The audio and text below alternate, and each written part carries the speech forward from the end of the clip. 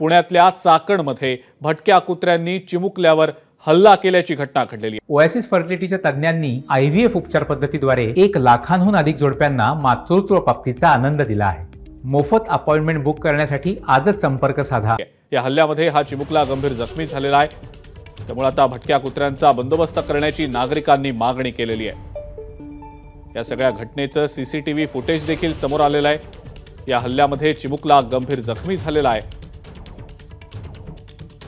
भटक्या कुत्र्यांचा तातडीनं बंदोबस्त करावा अशी मागणी आता स्थानिकांकडून होतीये। नाझीम मुल्ला आपले प्रतिनिधी या संदर्भातली अधिक माहिती आपल्याला देत आहेत। नाझीम, चाकण इथल्या लगतची जी काडाची वाडी आहे इथली ही धक्कादायक घटना आहे। आपल्या हाती CCTV दृश्य लागलेली आहेत। या CCTV मध्ये आपण स्पष्टपणे पाहू शकतो जी भटकी कुत्री आहेत त्यांनी या चिमुकल्यावरती या ठिकाणी हल्ला केलेला आहे। त्याचे लटके तोडण्याचा प्रयत्न त्यांच्याकडून करण्यात आलेला आहे। सुदैवाची बाब इतकीच की तिथल्या काही स्थानिकांनी प्रसंगावधान दाखवलं आणि या कुत्र्यांच्या जबाडीतून त्या चिमुकल्याची सुटका केलेली आहे। त्यामुळे तो यातून बचावलेला आहे, मात्र तो गंभीर जखमी झालेला आहे आणि त्याच्यावरती आता उपचार सुरू आहेत।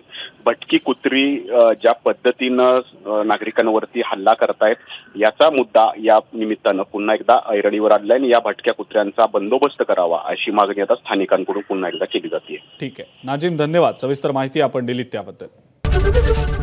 ABP माझा, उघडा डोळे बघा नीट।